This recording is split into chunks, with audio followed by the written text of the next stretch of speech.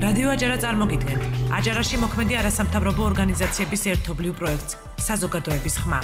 დემოკრატიის განვითარება, ადამიანის უფლებების დაცვა, არჩევნები, გარემოს დაცვა, სამოქალაქო ჩართულობის განვითარება. რადიო აჯარის პირდაპირ ეთერში FM 104.5-ზე. გადაცემა საზოგადოების ხმა. FM 104.5. ეთერშია გადაცემა საზოგადოების ხმა.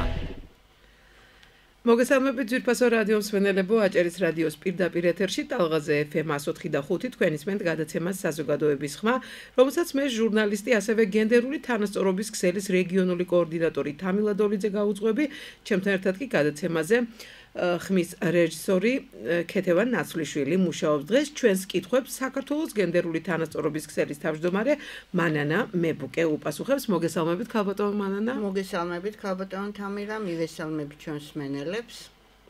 ქალბატონო მანანა, დღეს და ხვალ ბათუმში ჩვენი ქსელის მხარდაჭერით დეპუტატი, ასევე სხვა პოლიტიკურ პარტიაში გაერთიანებული ქალისთვის, არასამთავრობო ორგანიზაციებისა და მედიის წარმომადგენლებისთვის სემინარები ტარდება. სწორედ ტრენინგიდან დავბრუნდით ახლა ჩვენ, რა თემებს განიხილავთ და გეგმავთ თუ არა მუნიციპალიტეტებში ანალოგიური ტრენინგებით გასვლას და ზოგადად რაიონებში ცხოვრებ ქალბატონებთან სამომავლოდ რა სახით აპირებთ თანამშრომლობას? ვაპირებთ უფრო კონკრეტულად რო თქვა. ხო, დიდი მადლობა ქალბატონო თამილა. მოდით დავიწყოთ იქიდან, რომ ჩვენ ვართ გენდერული თანასწორობის ქსელი, რომელიც ჩვენ საქმიანობას ვახორციელებს საქართველოს მთელ ტერიტორიაზე და დღეს თქვენი ხელშეწყობითა და თქვენი მხარდაჭერით შევძელით რომ შევხვედროდით ძალიან საინტერესო ქალბატონებს, რომლებიც არიან აჭარის უმაღლესი საბჭოს დეპუტატები, რომელიც არიან საკრებულოს დეპუტატები სხვადასხვა რაიონებიდან, მუნიციპალიტეტიდან, ქალაქიდან და მე ვთვლი, რომ ძალიან საინტერესო შეხვედრა იყო დღეს ქალბატონებთან. ჩვენი ტრენინგ სემინარის მიზანი იყო, რომ რაც შეიძლება მეტი ქალი გავაძლიეროთ და ხელი შეუწყოთ, რომ ქალები მოვიდნენ გადაწყვეტილების მიღების დონეზე. ჩვენ არაერთხელ გვისაუბრია და დღესაც მინდა ვთქვა, რომ ქალების მოსვლა პოლიტიკაში ეს ნიშნავს, რომ განსხვავებული ხედვისა და მიდგომების შემოტანას. არავინ არ უნდა იფიქროს ის, რომ რახან ქალებს გაუჩნდათ სურვილი, მოტივაცია, რომ მოვიდნენ ქვეყანაში, მამაკაცებთან ერთად მმართველობაში, მათ უნდათ, რომ ეს დამოუკიდებლად გააკეთონ, მამაკაცებისგან დამოუკიდებლად, მოდი ესე ვთქვათ. ქალების მოსვლა ეს არის განსხვავებული ხედვა, მიდგომა, რომელიც შეჯერებული უნდა იყოს მამაკაცის ხედვასთან და მიდგომასთან, ერთობლივად უნდა იყოს მიღებული გადაწყვეტილება, რომელიც ხელს შეუწყობს ქვეყნის სტაბილურ განვითარებას, ხელს შეუწყობს ქვეყნის დემოკრატიული მიმართულებით განვითარებას, მშვიდობისა და უსაფრთხოების საკითხებში და ყველა იმ მნიშვნელოვან საკითხებში, რომელიც ესეთი მნიშვნელოვანია და აქტუალურია თითეული ჩვენი მოქალაქისათვის, ჩვენი ხალხისათვის და მთლიანად ქვეყნისათვის. დიახ, ქალბატონო მანანა, დღეს ჩვენს სემინარზე, წარმომადგენლობითი სემინარი იყო, 28 ქალი ქალბატონი იყო მთელი აჭარიდან, მათ შორის იყვნენ ხულოდან, შუახევიდან, ქობულეთიდან, ქედიდან და ხილვაჩაურიდან. ბათუმზე არ არის საუბარი, ბათუმელებიც იყვნენ და მათ ტრენინგზევე გაუჩნდათ კითხვა და კიდე ჩაგეკითხებით რაიონებში მცხოვრებ ქალბატონებთან სამომავლოდ ჩვენი ქსელი როგორ აპირებს თანამშრომლობას? პირველ რიგში გვინდა, რომ ის ქალბატონები, რომლებიც იყვნენ რაიონებიდან ჩამოსულები, იყვნენ ჩვენი, უფრო სწორად, თქვენი მხარდამჭერები, თანაკოორდინატორები, რომლებიც მიიტანენ ინფორმაციას რაიონში მცხოვრებ საზოგადოების წარმომადგენლებთან, ისაუბრებენ ხალხთან, ქალბატონებთან, კაცებთან და შემდგომ ჩვენ ვაპირებთ, რა თქმა უნდა, გენდერული თანასწორობის ქსელი აპირებს გავიდეს აჭარის თითოეულ რაიონში და შეხვდეს იქ საზოგადოების წარმომადგენლებს. ეხლა წინასწარ არ მინდოდა მეთქვა, მაგრამ მაინც ვინაიდან თქვენ ისევ დამისვით ეს შეკითხვა, ძალიან მაინტერესებს. ჩვენ გვინდა, რომ თითოეულ რაიონში შევქმნათ ხუთკაციანი საინიციატივო ჯგუფი, რომელიც ქალთა პოლიტიკურ გაძლიერებაზე იმუშავებს და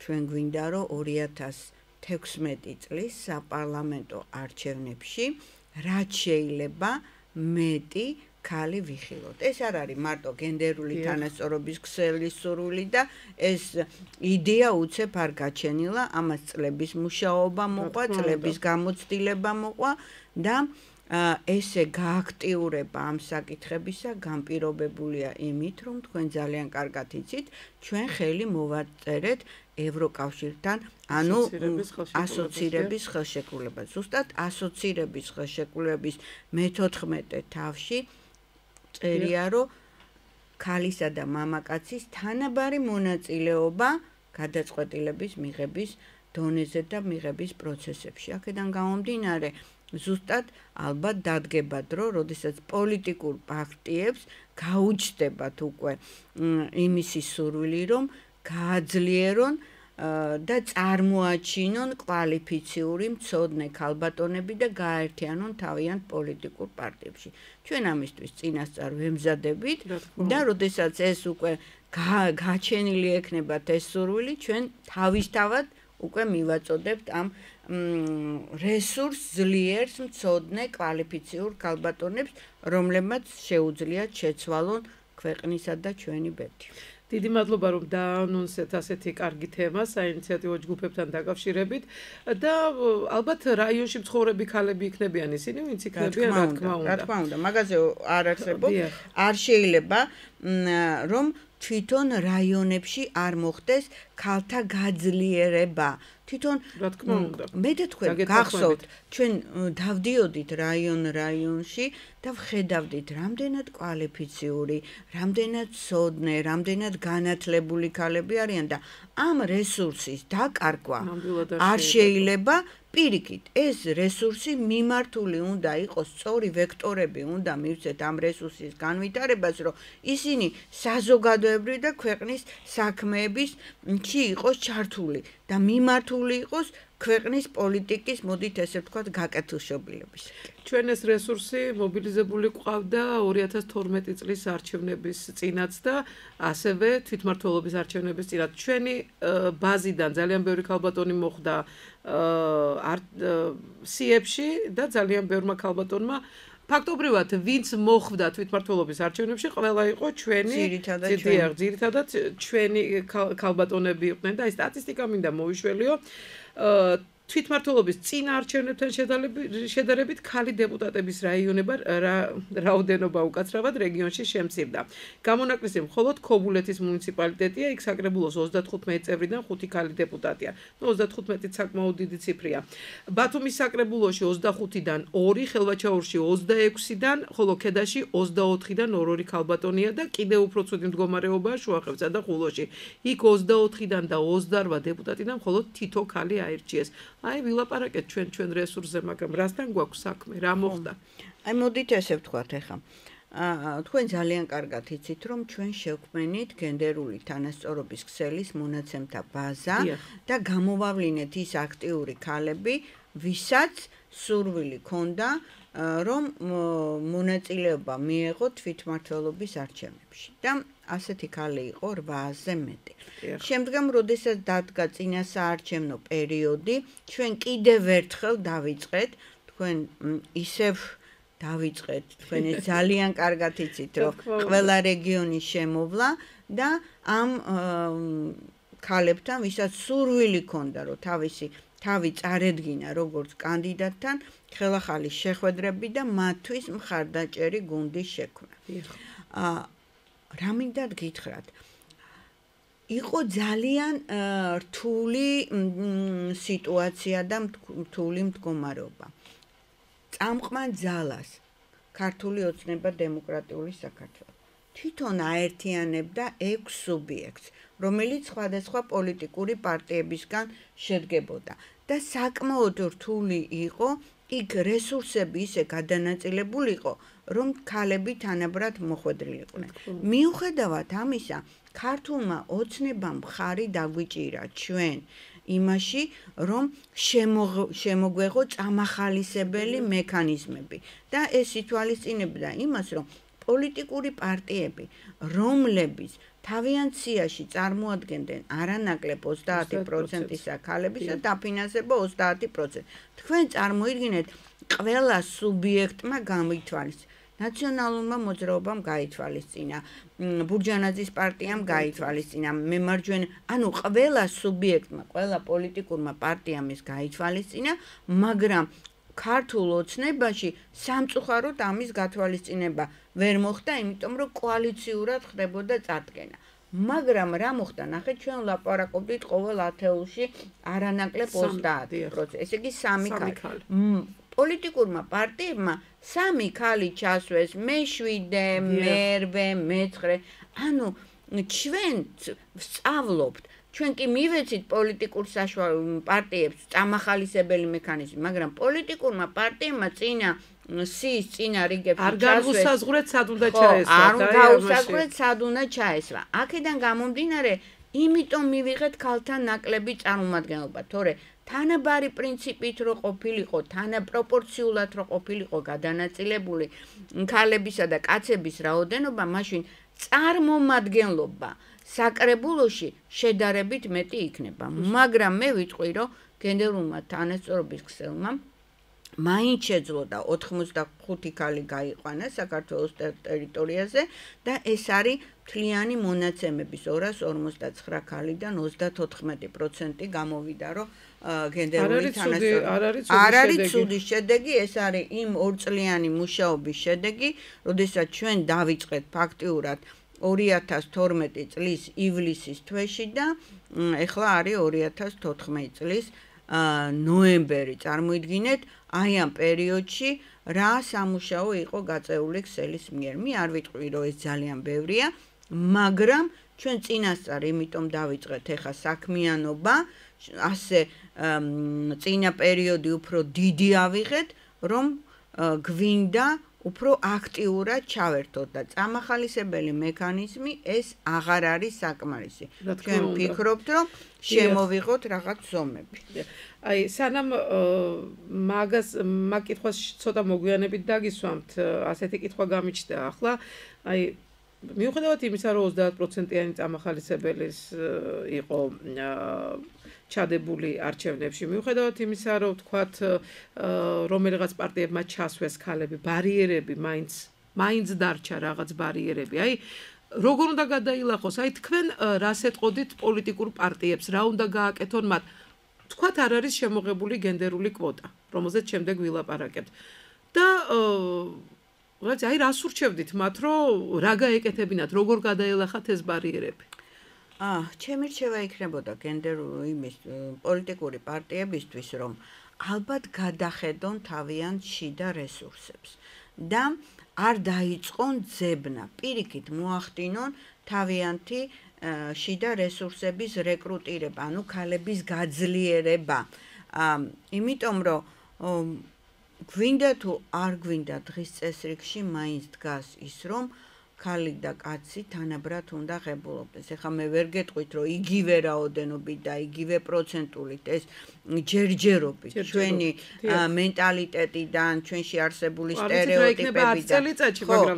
დღეს ესია, მაგრამ ალბათ პოლიტიკურ პარტიებს თუ უნდათ, რომ თავიანთი ღირსეული ადგილი დაიმკვიდრონ და მოვიდნენ ხელისუფლებაში, სადაც ამომრჩეველთა უდიდესი პროცენტი 53% არის ქალი, მაშინ ალბათ ეს უნდა გაითვალისწინო. და კიდე ერთი, მე არ შემიძლია არ აღვნიშნო, წელს შემოღებული იყო ის, როდესაც ტარდებოდა არჩევნები, CSKOM შემოიტანა თავის ანკეტებში, ქალი იყო თუ კაცი. ეს კიდევ პირველად მოხდა და ჩვენ კიდე ერთხელ დავინახეთ, რომ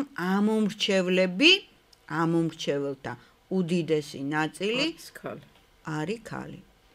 64% ციცახის. ქალი, რომელიც არჩევნებზე მისვლისას ხმას აძლევს მამაკაცს. ეს კიდევ სხვა თემა არის. ამ თემაზე შეგვიძლია სხვა გადაცემებში ვილაპარაკოთ და მოუწოდოთ ქალებს, რომ აქტიურად მისცენ ხმა ქალბატონებს და ჩაგეკითხებით კიდევ აი თქვენ რესურსი ახსენეთ საკმაოდ დიდი რესურსი აქვს გენდერული თანასწორობის ქსელს და ამ რესურსიდან გამომდინარე გენდერული თანასწორობის ქსელმა თითქმის ყველა პოლიტიკურ პარტიასთან გააფორმა თანამშრომლობის მემორანდუმი.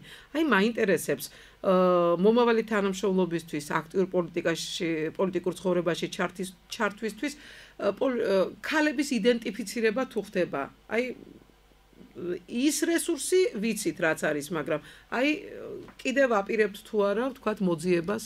რა თქმა უნდა, ეხლა რესურსი არის, ამაზე არ შეიძლება გაჩერება, იმიტომ რომ მე ვხედავ, რომ ქალების мотивация, აი დღეს რამდენი ქალი გამოჩნდა? ხო, мотивация ძალიან დიდია და მე დღეს საკმაოდ მენიშნა ერთი ესეთი ფრაზა. მიხარია რომ ჩემნაირად მოაზროვნე ქალი ბევრი ყოფილა.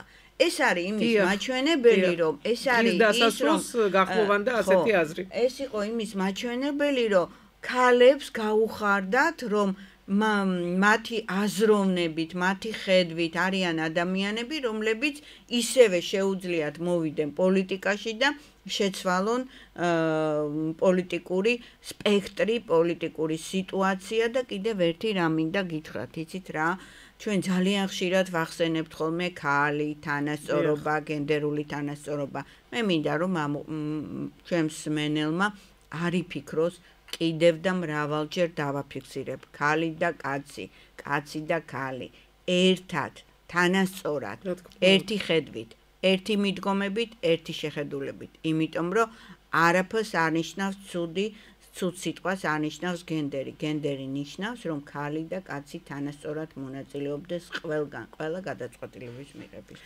მე რამდენიმე დღის წინ მქონდა საუბარი ერთ-ერთ პოლიტიკოსთან და ასეთი არ დავასახელებ მის სახელსა და გვარს არ ვიტყვი პირდაპირ ეთერში, მაგრამ ასეთი რამ თქვა, იქნება არ უნდათ ქალებს მოსვლა პოლიტიკაში და რატო აძალებდო?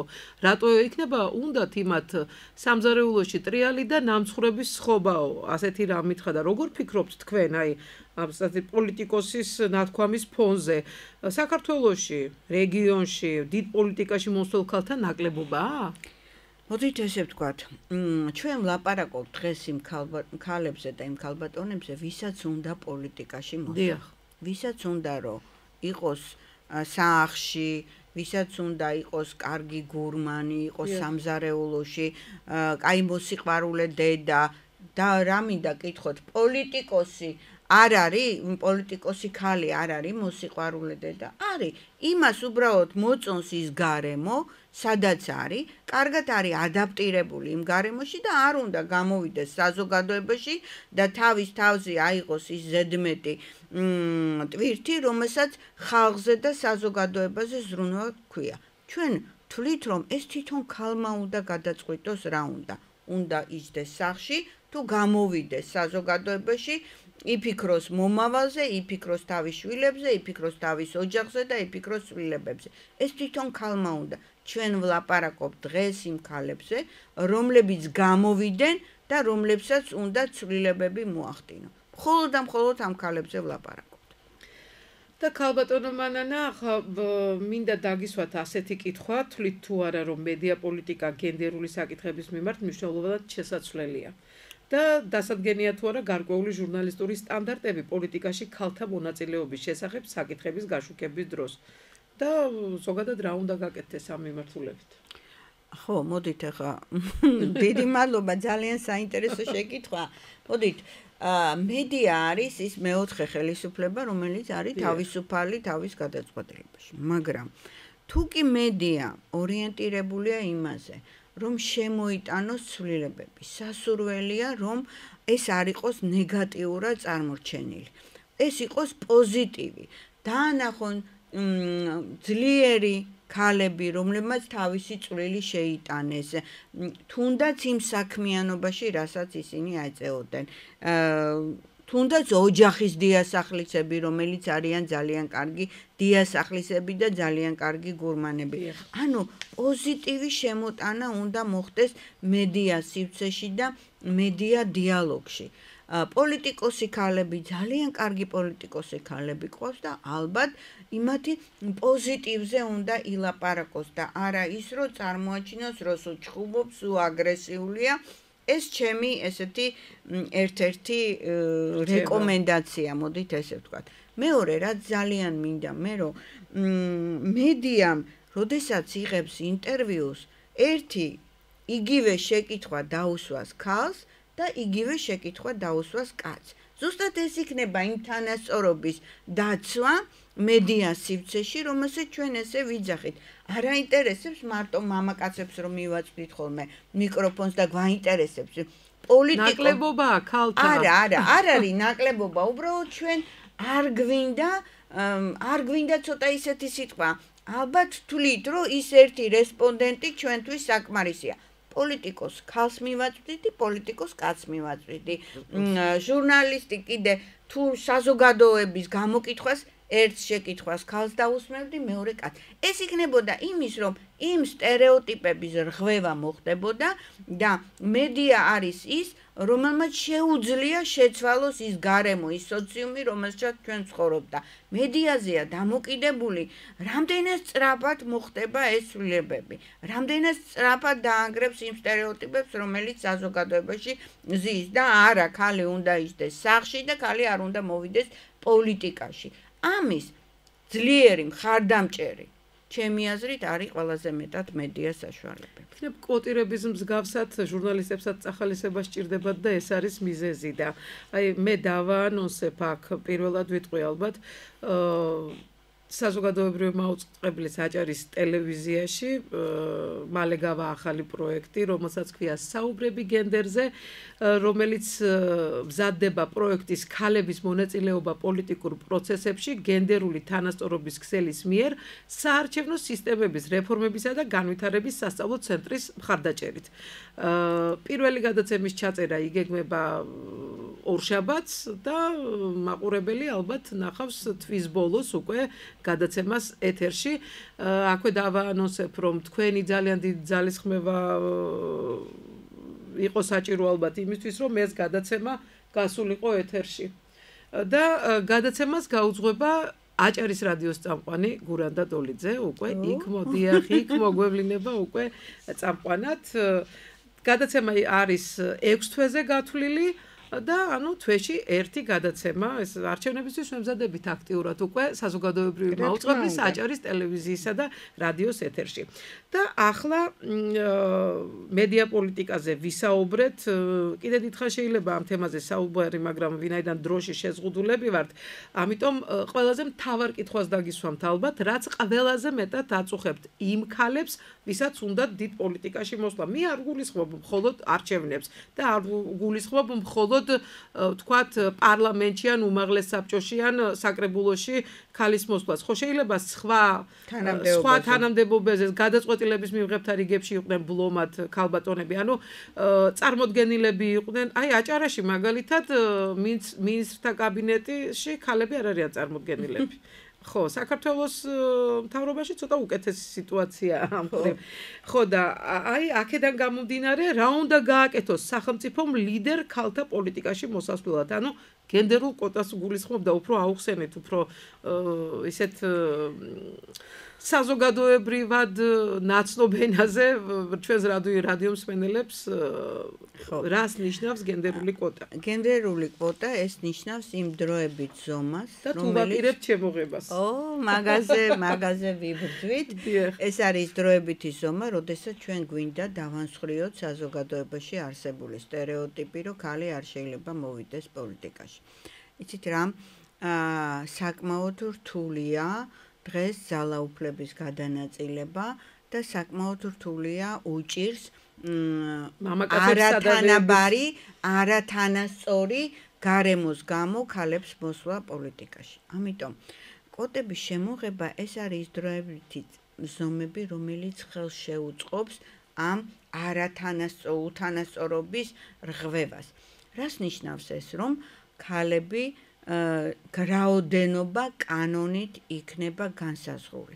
ჩვენ ვფიქრობთ ესე და ამაზე მუშაობს ჯგუფი, ქალთა პოლიტიკური მონაწილეობის სამუშაო ჯგუფი, რომელშიც რამდენიმე არასამთავრობო ორგანიზაცია გაერთიანებული, ერთ-ერთია ჩვენი ქსელი, გენდერული თანასწორობის ქსელი და არის საერთაშორისო ორგანიზაციები და ჩვენ ინიცირებას ვაკეთებთ ან კანონპროექტის, რომ შევიტანოთ საქართველოს პარლამენტში. ეხლა ეს არავის არ ეგონოს, რომ აი გვინდა 50%-იანი კვოტა და მთლიანად არა. ჩვენ ვიძახით, რომ მხოლოდ პროპორციული სიებში წარმოდგენილი იყოს 50%. ეხლა მოდით ესეც ავხსნათ. მაჟორიტარად თუ მოუნდება ქალბატონს. ხო, ეს უკვე მაგას კვოტირება აღარ ჭირდება. პროპორციული სიით თქვენ იცით, რომ საქართველოს პარლამენტში პროპორციული სიით წარმოდგენილია 77 დეპუტატი და 73 არის მაჟორიტარი.